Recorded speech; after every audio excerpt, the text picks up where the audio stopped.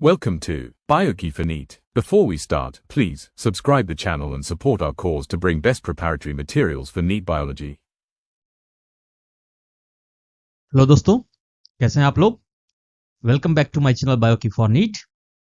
यहां पर मैं हर रोज आपके लिए नीट 2025 एग्जामिनेशन के बायोलॉजी सब्जेक्ट से related most important last examination pattern से को देखते हुए क्वेश्चंस ला रहा हूं which will help you in your NEET preparation. Okay, हमने पहले भी बहुत सारी टॉपिक्स कवर कर रखे हैं एमसीक्यू सीरीज के। अभी हम लोग जो पार्ट कर रहे हैं वो इकोलॉजी और बायोडाइवर्सिटी का पार्ट है। उसी कॉन्टेक्स्ट में आज का जो हमारा टॉपिक है वो है इन्वायरमेंटल इश्यूज का। ठीक है, which is also very important topic with respect to NEET examination. So before we start this video, please subscribe the channel. If you have not already subscribed it, share it with your friends and stay with me till the last. I hope you will like the video at the end. Okay. My first question is, major air pollutants include carbon dioxide and water vapor, sulfur dioxide and nitrogen oxides, oxygen and ozone, helium and neon. Major air pollutants include. Answer is B. Sulfur dioxide and nitrogen oxides, which are mainly released from burning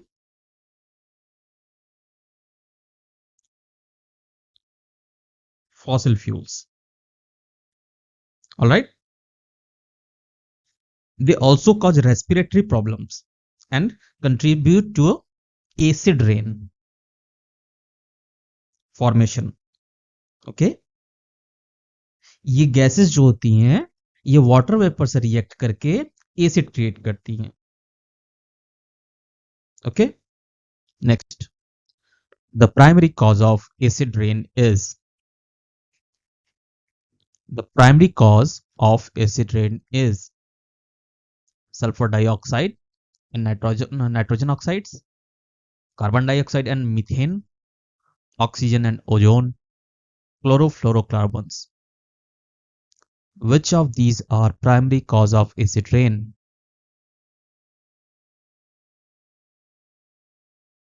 Answer is sulfur dioxide and nitrogen oxides. ठीक है, acid rain कब form होता है? जब sulphur dioxide और nitrogen oxide atmospheric water में dissolve होते हैं। ठीक है, जिससे सल्फ्यूरिक एसिड्स और नाइट्रिक एसिड्स बनते हैं। और इससे होने वाले लॉसेस कौन से हैं? ये क्रॉप्स को डैमेज करते हैं, सॉइल को के लिए प्रॉब्लमेटिक होते हैं, वाटर बॉडीज को हार्म करते हैं। ठीक है, और जो हिस्टोरिकल मॉन्यूमेंट्स हैं लाइक हमारे जो आर्किटेक्चरल मार्बल्स हैं लाइक ताजमहल, इनको ये इफेक्ट करेंगे। ओके, ये एक्वाटिक लाइफ को भी हार्म करते हैं क्योंकि वाटर का पीएच ये लो कर देते हैं। ठीक है, next, which of the following is not a green house gas? इनमें से कौन सा ग्रीन हाउस गैस नहीं है? Carbon dioxide, CH4 that is methane, nitrogen या CFCs, chlorofluorocarbons. Answer is nitrogen. Nitrogen is an inert gas. Nitrogen is an inert gas and it doesn't contribute to the greenhouse effect. जो major green house gases हैं ये हैं carbon dioxide, methane and CFCs। ठीक है, ये gases क्या करती हैं? They trap infrared radiations from the sun which is causing warming of the earth. ठीक है, नाइट्रोजन हमारा नेचुरली अबंडेंट है but it is not harmful. Next, the major pollutant causing depletion of the ozone layer is methane, CFCs, CO2, SO2।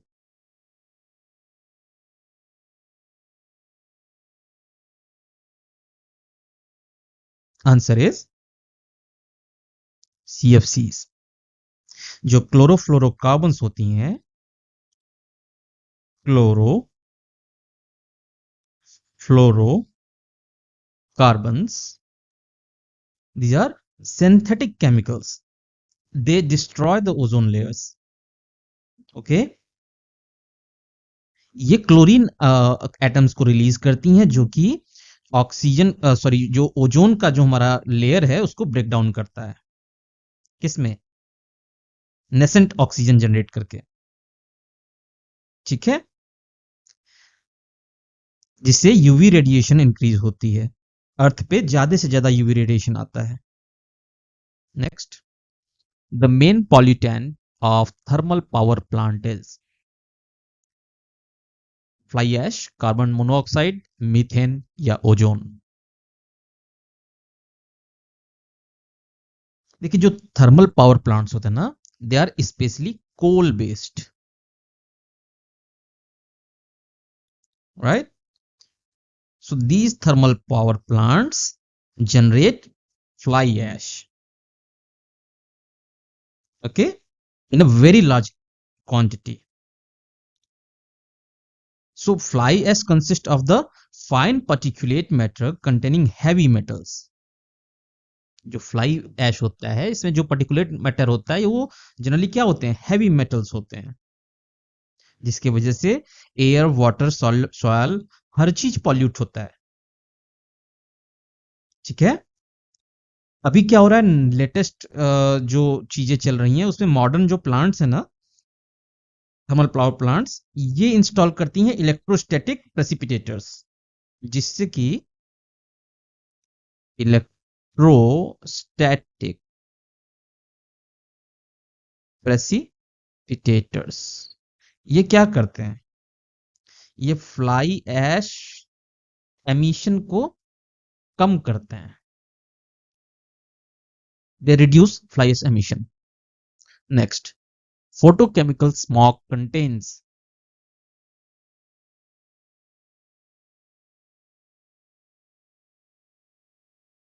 SO2 and particulates, ozone and PAN, carbon dioxide and dust, nitrogen and water vapor।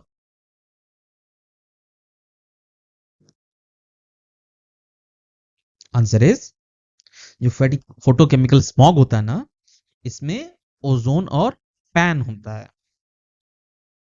ठीक है। जो photochemical smog होता है, these are form due to sunlight driven reaction between hydrocarbons and NOx, nitrogen oxides, जिसकी वजह से ozone release होता है और क्या रिलीज होता है? पर ऑक्सी असाइल नाइट्रेट्स, जिसको हम लोग कहते हैं पैन। इसी वजह से इन स्मॉग से क्या होता है, आईज में इरिटेशन होती है, ये क्रॉप्स को डैमेज करते हैं, लंग्स को अफेक्ट करते हैं। जिन सिटीज में हैवी ट्रैफिक है व्हीकल्स का, वहां पे ये स्मॉग्स जनरली देखने को मिलते हैं। Next, the main cause of eutrophication in water bodies is industrial oil spills, excessive nutrient like nitrates and phosphates, heavy metals or thermal pollution। Eutrophication क्या कब होता है? यूट्रोफिकेशन तब होता है जब वाटर बॉडीज जो हैं इनको एक्सेसिव न्यूट्रिशन मिलता है, इनको एक्सेसिव न्यूट्रिशन मिलता है, ठीक है। किसके थ्रू मिलेगा? वो सीवेज के थ्रू मिलेगा, फर्टिलाइजर जो होते हैं उनसे मिलता है, इस वजह से होता है। आंसर इज बी, ठीक है। और इसकी वजह से क्या होगा? एल्गल ब्लूम्स बनेंगे, इसकी वजह से एल्गल ब्लूम्स बनेंगे, जिससे कि जो डिजॉल्व्ड ऑक्सीजन होता है वो कम हो जाता है, और फिर वो एक्वेटिक लाइफ को अफेक्ट करेगा। एक्वेटिक लाइफ उसके अंदर सर्वाइव नहीं कर पाएंगे, सर्वाइवल पे इश्यू होने लगेगा उनके, ठीक है। जो एक्वेटिक फूड चेन है, फूड वेब है, एक्वेटिक का इकोसिस्टम बैलेंस है, ये सब चीज को डिस्टर्ब कर देता है। What? Eutrophication. Okay, next, biomagnification is caused by accumulation of biomagnification is caused by accumulation of heat, energy, non-degradable pollutants, organic wastes. So biomagnification happens when there is accumulation of non-degradable pollutants. Okay, like for example DDT, डाइक्लोरोडाइफिनाइल ट्राइक्लोरोइथेन, या फिर mercury.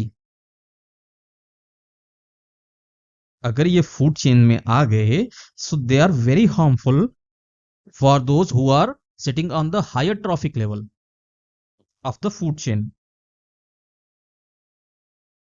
Okay, क्यों? क्योंकि pollutant का जो concentration होता है वो हर trophic level पे बढ़ते जाता है। तो जो सबसे टॉप मोस्ट पे बैठे हुए प्रेडेटर्स हैं, it is lethal for them. इससे reproductive system, nervous system, immune system, हर एक चीज पे इफेक्ट पड़ता है। ओके, इसलिए पर्सिस्टेंट जो पॉल्यूटेंट्स हैं, they are highly highly dangerous. Minamata disease is caused by, Minamata disease किस वजह से होता है? Lead poisoning, cadmium poisoning, mercury poisoning या आर्सेनिक पॉइजनिंग।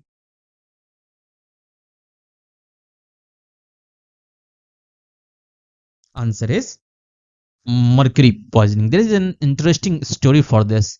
मिनामाटा डिजीज जो हुआ था, सबसे पहले रिपोर्ट हुआ था, ये एक प्लेस है Minamata Bay, Minamata Bay in Japan, in Japan. तो वहां पे ये मिला था। तो वहां पे मरकरी का कंटामिनेशन हुआ था एक फिश में मरकरी मरकरी कंटामिनेशन हुआ था, जिसको खाने की वजह से ये प्रॉब्लम जनरेट हुआ था इस प्लेस पे। जिसकी वजह से क्या हुआ? न्यूरोलॉजिकल डैमेज हो गया, न्यूरो का डैमेज हो गया, पैरालिसिस हो गई, इवन डेथ्स भी हो रहे थे। ठीक है, और इसी ट्रेजेडी से हमको ये पता चला कि इंडस्ट्रियल जो वाटर पोल्यूशन है, इसका कितना बड़ा इफेक्ट पड़ सकता है। Next, the term green house effect is related to ozone depletion, earth heat retention, acid rain या न्यूक्लियर एक्सप्लोजन। तो ग्रीन हाउस इफेक्ट होता है, वो क्या होता है? It is earth heat retention. ठीक है, जो अर्थ की हीट है वो ट्रैप कर ली जाती है कुछ गैसेस के द्वारा, जो जैसे कि carbon dioxide, methane etcetera. They trap heat of the earth. Okay,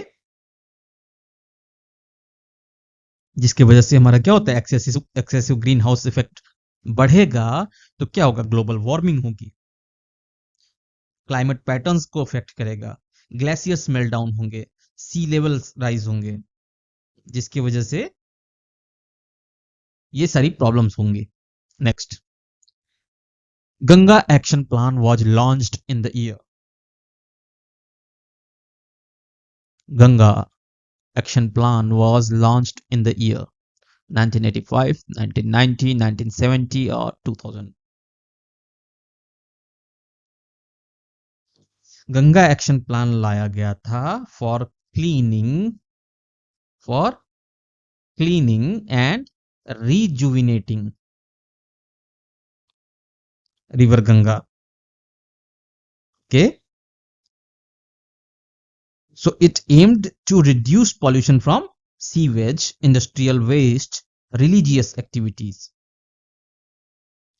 तो इसमें बहुत सारे challenges आए, but it also raised some awareness about water conservation. तो जो ये इंडिया का सबसे पहला मेजर रिवर क्लीनअप प्रोजेक्ट था, and it was brought up in 1985. Next, Which of the following is a biodegradable pollutant? Plastics, DDT, sewage या mercury, इनमें से बायोडिग्रेडेबल पॉल्यूटेंट कौन सा है?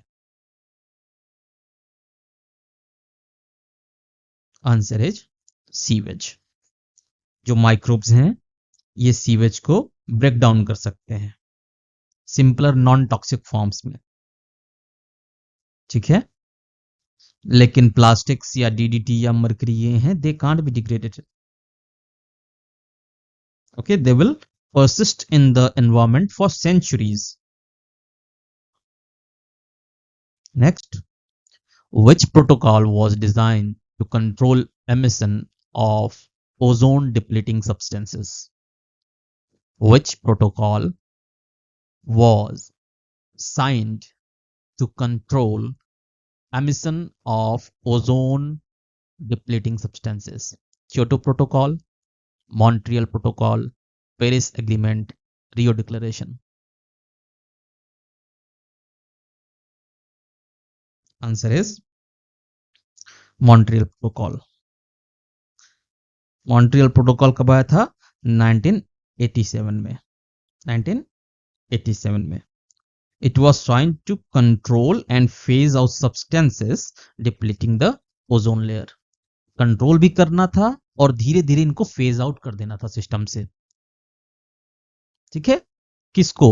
ऐसे सब्सटेंसेस को जो ओजोन लेयर का डिप्लीशन क्रिएट कर रहे थे, specially CFCs, okay. Next, which layer protects us from harmful UV radiation? Stratosphere, troposphere, mesosphere और thermosphere?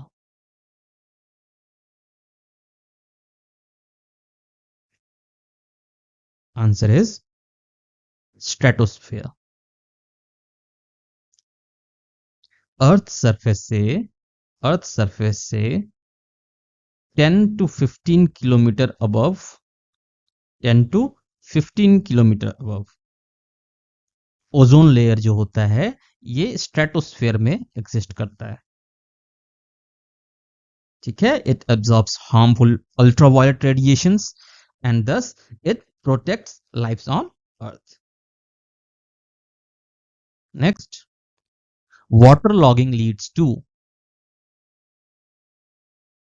decrease in soil salinity, increase in soil aeration, decrease in soil fertility, increased oxygen to roots. Water logging से क्या होता है? तो answer इसका हो गया it decreases soil fertility. How? जो सॉइल्स के बीच में जो पोर्स होते हैं ना, ये वाटर लॉगिंग की वजह से क्या होता है, these pores get filled up with water, so oxygen can not reach to their roots, okay, जिसके वजह से रूट्स में रेस्पिरेशन नहीं हो पाता है, प्लांट स्ट्रेस में चले जाता है, सॉइल की फर्टिलिटी लो हो जाती है, ठीक है। इसलिए जिन फील्ड्स में, जिन खेतों में वाटर लॉगिंग ज्यादा दिन तक हुई रहती है, उनका क्या होगा? स्टंटेड ग्रोथ होगा क्रॉप्स का।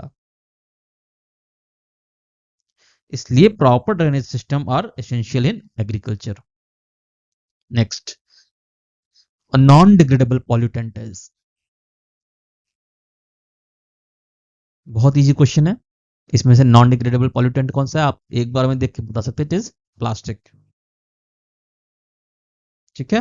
Next, primary treatment of sewage removes. पहले ट्रीटमेंट जो होता है, फर्स्ट ट्रीटमेंट होता है सीवेज का, वो क्या रिमूव करता है? Nutrients, large particles and sediments, pathogens, toxic metals. Answer is large particles and sediments. ये क्या होता है? Physical removal of large particles है, जैसे ग्रिट हो गया, सैंड हो गया, जो फ्लोटिंग डेब्री हो गई, इसको रिमूव करने के लिए किया जाता है, जो फर्स्ट स्टेप होता है। ये डिजॉल्व न्यूट्रिएंट्स को और पैथोजेंस को नहीं रिमूव करता है। ठीक है, फिर जब जाता है सेकेंडरी ट्रीटमेंट तब वहां पे बायोलॉजिकल ट्रीटमेंट होता है। Next, DDT belongs to which category of pollutants? Biodegradable, non biodegradable, organic degradable, radio active. So DDT is a pesticide. DDT is a pesticide जो कि फूड चेन में एक्यूमुलेट हो जाता है जिससे बायोमैग्निफिकेशन होता है। So answer is non biodegradable. ठीक है, फूड चेन में जब ये बायोमैग्निफिकेशन के थ्रू फिक्स हो जाता है, वहां पे ये क्या करता है कि बर्ड के रिप्रोडक्शन को सीवियरली इफेक्ट करता है और इकोसिस्टम को डिस्टर्ब करता है। बहुत सारी कंट्रीज ने डीडीटी को बैन कर रखा है या फिर इसका यूज रिस्ट्रिक्टेड कर दिया है। इसी की वजह से आजकल जो है इसके सेफर अल्टरनेटिव्स आ चुके हैं डीडीटी के। Next, global warming is mainly due to increase in oxygen, sulphur dioxide, carbon dioxide, nitrogen. Answer is increased level of CO2 in atmosphere. तो ये कार्बन डाइऑक्साइड क्या करता है, ये इंफ्रारेड रेडिएशन को ट्रैप कर लेता है जिससे कि अर्थ का जो एवरेज टेम्परेचर है वो बढ़ जाता है और उसमें सबसे बड़ा रोल प्ले करता है फॉसिल फ्यूल का burning. Next, algal bloom results in. Algal bloom से क्या होता है? Decrease in oxygen level, increase in biodiversity, purification of water या increase in photosynthesis. What does algal bloom do?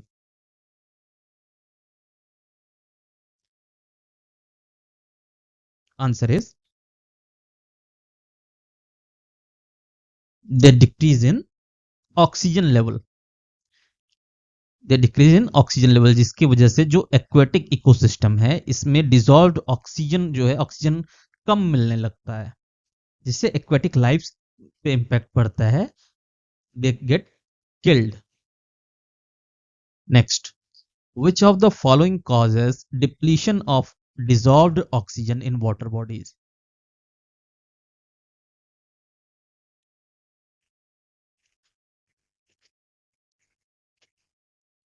Thermal pollution, photosynthesis, increased salinity, decreased carbon dioxide.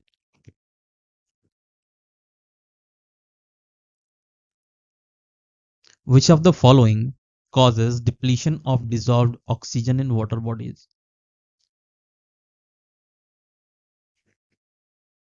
Answer is thermal pollution. ठीक है, thermal pollution जो होता है ये क्या करता है, जो डिसॉल्व ऑक्सीजन है वाटर में इसको कम कर देता है। क्यों?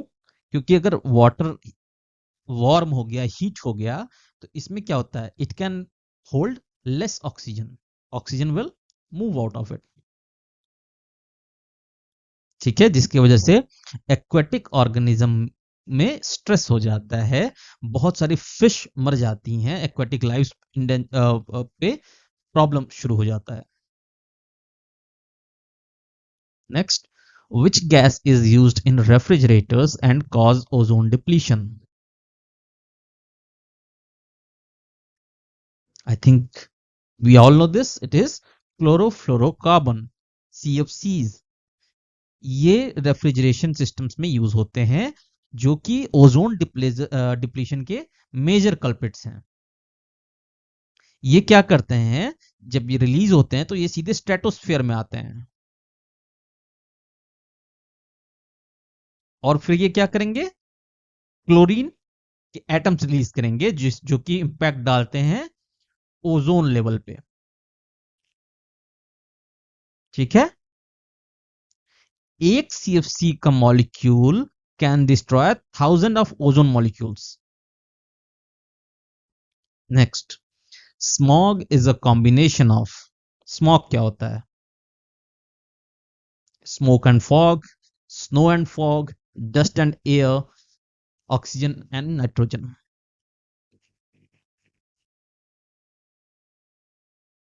Answer is it is a combination of smoke and fog. जो स्मोक है वो क्या है? It is a pollutant. और जो फॉग है वो क्या है? It is a form of moisture, जिसकी वजह से थिक पॉल्यूटेड एयर बनता है. थिक पॉल्यूटेड एयर बनता है. ठीक है. It reduces visibility and harms human respiratory health. जो फोटोकेमिकल स्मॉग होती है ना, it is rich in ozone and pan. Next, in noise pollution sound above dash decibel can cause permanent hearing loss. क्या होता है? 50 dB, 85 dB, 100 dB, 120 dB.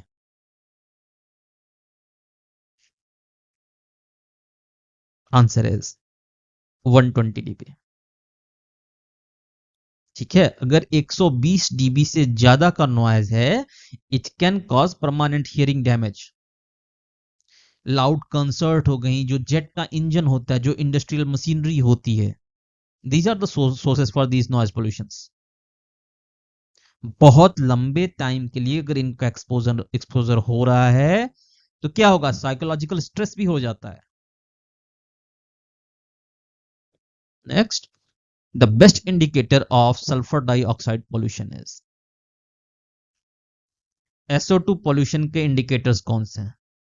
Algae, lichens, fungi या bacteria?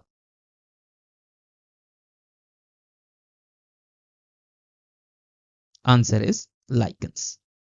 They are excellent indicator of sulfur dioxide producer because they are very highly sensitive. We can say they are highly sensitive for sulfur dioxide pollution, जिससे कि वो bio indicator का काम करते हैं. जहां पे लाइकन्स का नंबर एक साथ ड्रास्टिकली कम होने लगे, it reflects the air is being deteriorated and there is SO2, there may be SO2 pollution. ठीक है. Next, ozone holes are more pronounced over. कहां पे होता है ओजोन होल सबसे ज्यादा? अफ्रीका, अंटार्कटिका, ऑस्ट्रेलिया, आर्कटिक में से कहां सबसे ज्यादा है? Answer is Antarctica. वहां पे जो एक्सट्रीमली कोल्ड कंडीशंस है ना, वो ओजोन डिप्लीटिंग रिएक्शंस को फैसिलिटेट करता है. ठीक है. जो पोलर क्या कहते हैं उसको? पोलर स्ट्रेटोस्फेरिक क्लाउड्स होती हैं. ये क्या करती हैं? दे accelerate CFC reaction. They accelerate CFC's reaction. All right. Bioaccumulation refers to. Bioaccumulation क्या है? Increase of nutrients in soil, increase of pollutants in an organism's body, increase of oxygen in atmosphere. None of these. So bioaccumulation जो होता है ना, ये heavy metals का buildup हो जाता है, पेस्टिसाइड्स का बिल्डअप हो जाता है जो ऑर्गेनिज्म है उसके टिश्यूज में. ओवर टाइम धीरे धीरे क्या करेगा? ये जा करके वहां एक्यूमुलेट हो जाएगा. So answer is B, it is increase of pollutants in an organisms body. Okay. इसकी वजह से क्या होता है? जो सबसे ट्रॉफिक लेवल पे, जो सबसे टॉप पे बैठा हुआ प्रेडेटर है, this gets affected most. Next, catalytic converters in vehicle help in reducing. Catalytic converters in vehicles help in reducing carbon dioxide emission, nitrogen and carbon monoxide emission, CFCs, oxygen loss. Answer is nitrogen and carbon monoxide emission. जो vehicles में catalytic converters लगे रहते हैं, they help in reducing nitrogen and carbon monoxide emissions. ठीक है, जिससे कि air pollution को कम करने में हेल्पफुल होता है. Next, green house gases cause warming bye.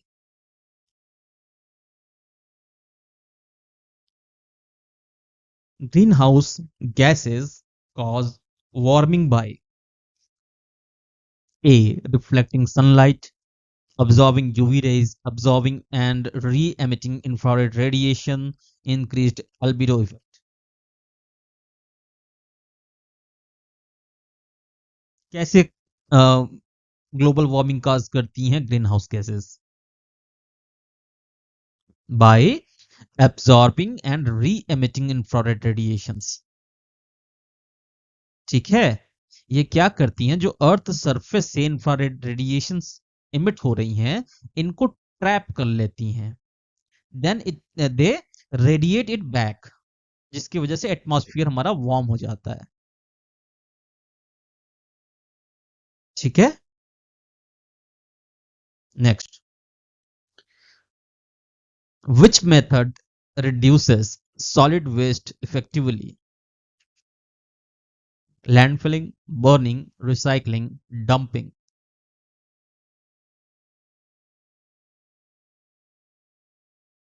Recycling involves reprocessing waste material into new products, reducing the burden on landfills. So answer is recycling. जिसकी वजह से जो नेचुरल रिसोर्सेज हैं उनका कंजर्वेशन होता है और एनर्जी सेव होती है. ठीक है, प्लास्टिक्स हो गई, मेटल्स हो गए, पेपर हो गए, इनकी रिसाइकलिंग बहुत इंपॉर्टेंट है. Which country first implemented the ban on CFCs?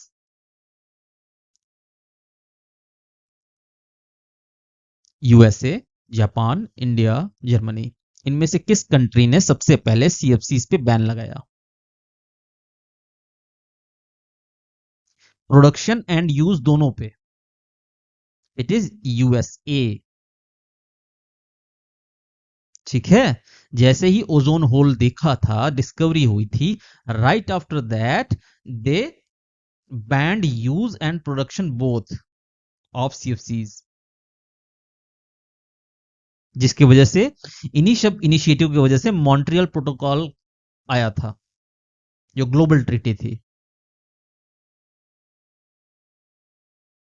Integrated wastewater treatment was first successfully implemented in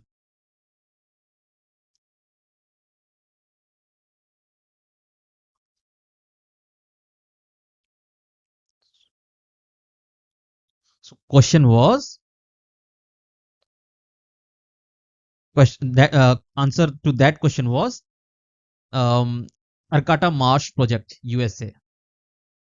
Arcata Marsh. Next, which pollutant leads to blue baby syndrome?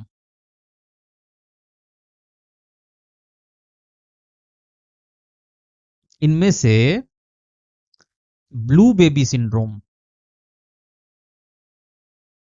किस पॉल्यूटेंट की वजह से होता है? Mercury, arsenic, nitrates, cadmium.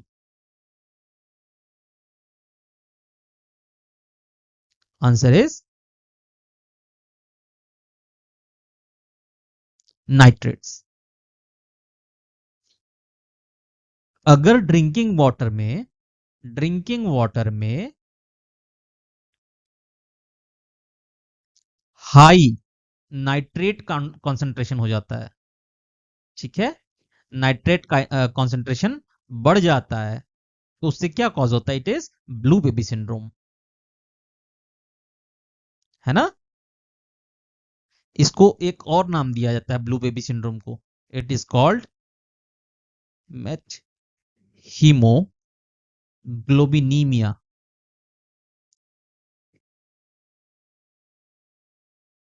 Math हीमोग्लोबिनीमिया. ठीक है. जो हम इसमें क्या होता है मोस्टली, इसमें जो हमारा ऑक्सीजन ट्रांसपोर्ट होता है ब्लड में, उससे जाकर के जो नाइट्रेट होता है वो इंटरफेयर करने लगता है. तो ये कहां से आता है, ये नाइट्रेट्स कहां से आते हैं ड्रिंकिंग वाटर में? It comes mainly for from fertilizers. ये फर्टिलाइजर्स हैं. ये क्या करेंगे, ये धीरे धीरे धीरे धीरे जाकर के जो ग्राउंड वाटर है वहां पे एक्यूमुलेट हो जाते हैं और फिर ये हमारे ड्रिंकिंग वाटर में आते हैं. Next, a catalytic converter must have which metals to be effective?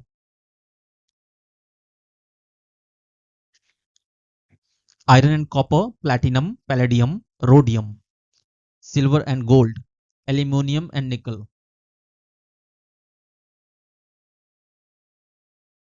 Answer is, जो कैटालिटिक कन्वर्टर होता है उसमें ये मेटल्स लगे रहते हैं, प्लैटिनम, पैलेडियम और रोडियम. ठीक है, ये कैटलिस्ट की तरह काम करते हैं. ये क्या करते हैं, ये हार्मफुल एमिशन को कन्वर्ट करते हैं लेस हार्मफुल गैसेस में. अगर ये मेटल ना हो तो इनकी कैटालिटिक एफिशिएंसी कम हो जाती है. Next, the Chipko movement was associated with. Chipko movement किससे एसोसिएटेड था? Pollution control, wild life protection, forest conservation, river cleaning. तो चिपको मूवमेंट जो था ये उत्तराखंड में हुआ था, उत्तराखंड में. लेकिन जब ये हुआ था 1970s में, तो ये यूपी का पार्ट था. 1970 में ये कहां का पार्ट था? यूपी का पार्ट था. ठीक है. It was related to forest conservation. जो विलेजर्स थे, स्पेशली जो विमेन थी, दे हग्ड द ट्रीज. उनको काटने न दिया जाए, दे डोंट फॉल डाउन, उसके लिए उन्होंने क्या किया था, हर पेड़ से वो चिपक गए थे. दे हग्ड ट्रीज लिटरली, जिसकी वजह से ग्लोबल अवेयरनेस आया था एनवायरमेंटल प्रोटेक्शन के लिए. नेक्स्ट, बीओडी क्या होता है? BOD refers to biological oxygen degree, biochemical oxygen demand, basic organic decomposition या बायोलॉजिकल ऑक्साइड डिपोजिशन. क्या होता है? Answer is, BOD refers to biochemical oxygen demands. ये क्या करता है? It measures the amount of dissolved oxygen needed by aerobic microorganism to break down organic matter into water. अगर high BOD है, इसका मतलब हाई ऑर्गेनिक पोल्यूशन है और वाटर की क्वालिटी कम है. ठीक है. Which gas is mainly responsible for photochemical smog? Which gas is mainly responsible for photochemical smog? Nitrogen oxide, oxygen, helium, water vapor. Answer is nitrogen oxide, जो कि कहां से निकलता है? व्हीकल से इमिशन होता है इसका, इंडस्ट्रियल प्रोसेसेस से इमिशन होता है इसका. They are major contributors of photochemical smog. ये क्या करती है? ये हाइड्रोकार्बन से रिएक्ट करती हैं सनलाइट में और उसके बाद जो है कंपाउंड्स बनाती हैं, जैसे कि ओजोन हो गया और पैन हो गया, इसको ये बनाएंगे. Next, Montreal protocol deals with. अभी मैंने थोड़ी देर पहले बताया, it is related to ozone depleting substances. CFCs, जो CFCs थी, हेलोन्स थे, इनसे रिलेटेड था ये. ठीक है. The Silent Valley project was started to protect. Silent Valley project किस लिए आया था?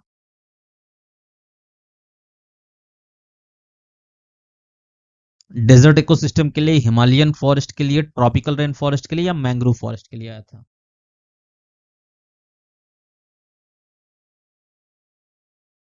आंसर इज, जो हमारे प्रिस्टीन ट्रॉपिकल रेन फॉरेस्ट ना केरला में, ये उसके लिए आया था, उसके प्रोटेक्शन के लिए आया था। किस चीज के? वहां पे एक हाइड्रो इलेक्ट्रिक प्रोजेक्ट बन रहा था, वहां पे हाइड्रो इलेक्ट्रिक प्रोजेक्ट बन रहा था, और फिर इन रेन फॉरेस्ट को काटा जा रहा था।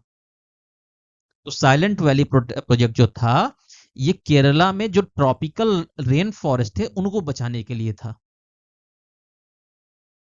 ठीक है, वहां पे डैम नहीं बना, फॉरेस्ट का कटना रुक गया। क्यों? क्योंकि पब्लिक वाज अवेयर, पब्लिक ने प्रेशर क्रिएट किया। Next, the environmental protection act in India was enacted इन। तो जो एनवायरमेंटल प्रोटेक्शन एक्ट है ये आया था 1986 में। इसके बाद आया था after Bhopal gas tragedy. Bhopal gas tragedy के बाद इंडिया में ये एक्ट आया 1986 में। ठीक है, इसमें पूरा एक कंप्रिहेंसिव लीगल फ्रेमवर्क तैयार किया गया था इन्वायरमेंट को प्रोटेक्ट करने के लिए और इंप्रूव करने के लिए। Next, the term pollution was first coined by. Pollution term पहली बार किसने यूज किया? 1962 में Rachel Carson was the first person who used this term, और उन्होंने एक किताब लिखी, साइलेंट स्प्रिंग। साइलेंट स्प्रिंग, इस बुक में उन्होंने ये चीज यूज किया। ठीक है, he first introduced, you can say highlighted pollution and its devastating effect on ecosystems. Sorry, uh, Rachel Carlson was a female, so she was the first person who coined this term pollution in her book Silent Spring, where she mentioned pollution and its devastating effect on ecosystem. ठीक है, fly ash is emitted from. थोड़ी देर पहले मैंने बताया था आपको, जो coal based thermal power plants होते हैं ये वहां से जनरेट होता है। ये बाई प्रोडक्ट होता है, जब कोल को हम लोग जलाते हैं ना थर्मल पावर प्लांट्स में, तो as a by product fly ash comes out, जिसमें बहुत छोटे फाइन पार्टिकल्स होते हैं सिलिका के, एल्यूमिना के, और कुछ और टॉक्सिक मेटल्स के। ठीक है, next, green house effect leads to.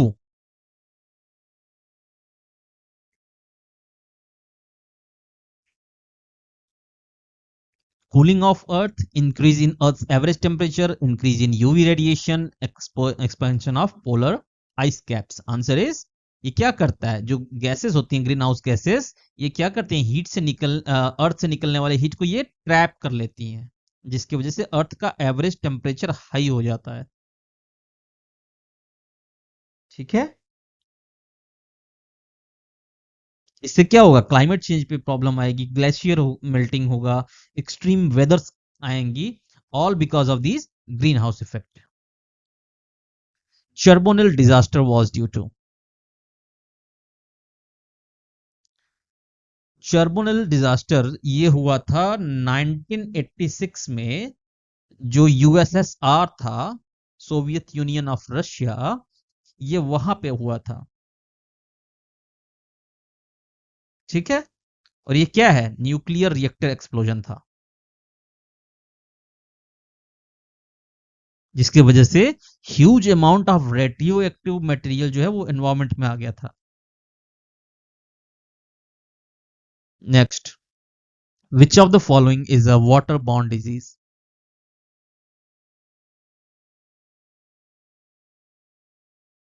इसमें से वाटर बॉर्न डिजीज कौन सा है? एक बैक्टीरिया होता है विब्रियो कोलरी, जो कि कॉज करता है कॉलरा। ये वाटर बॉर्न डिजीज है।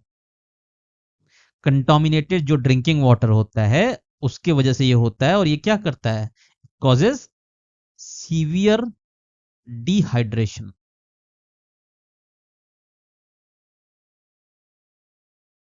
ठीक है।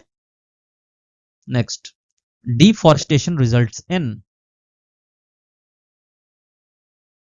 इनमें से डिफॉरेस्टेशन से क्या होगा? ग्लोबल वार्मिंग होगी, सॉइल एरोजन होगा, बायोडाइवर्सिटी लॉस होगा, या सब कुछ होगा?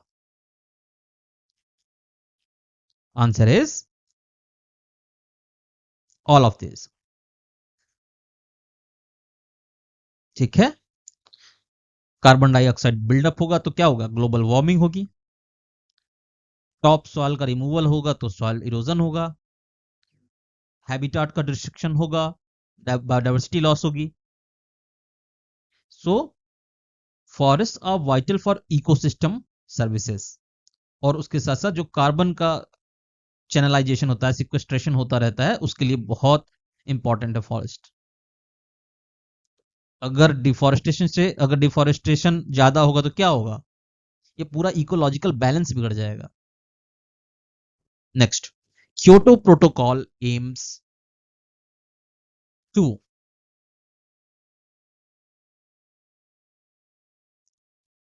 Kyoto protocols aims to reduce ozone layer depletion, control emission of greenhouse gases, increase water resources, protect forest.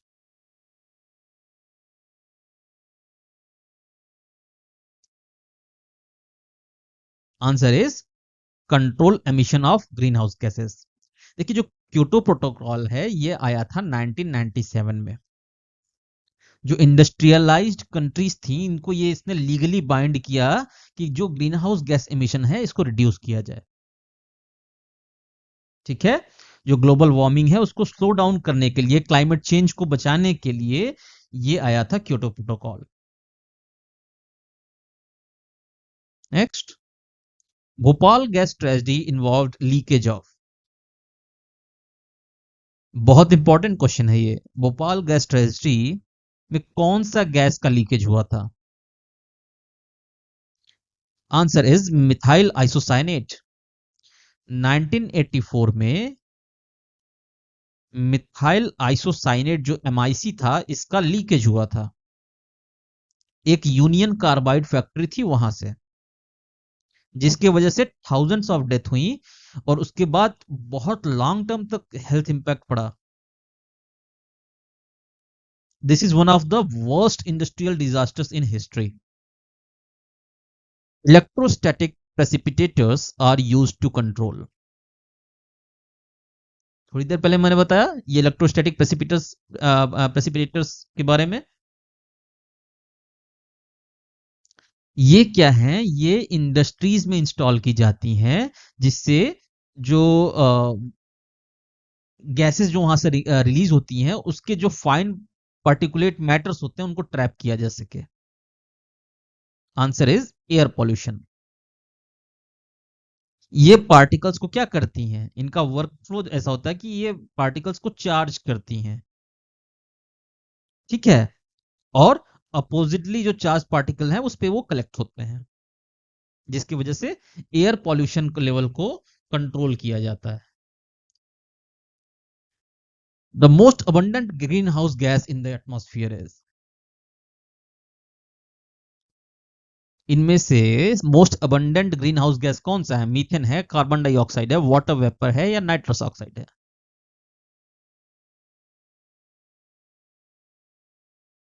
Answer is water vapour. ये सबसे ज्यादा अबंडेंट है। जो ह्यूमन ड्रिवन इमिशंस हैं कार्बन डाइऑक्साइड के, मीथेन के, नाइट्रस ऑक्साइड के, ये एक्स्ट्रा वार्मिंग ऐड करते हैं उसमें। ठीक है। So thank you very much for watching this video. I hope you have liked it. If you have any curiosity about any topic, please comment below the video in comment section. Share this video with your friends and keep watching. I'll keep bringing such videos for you. Thank you.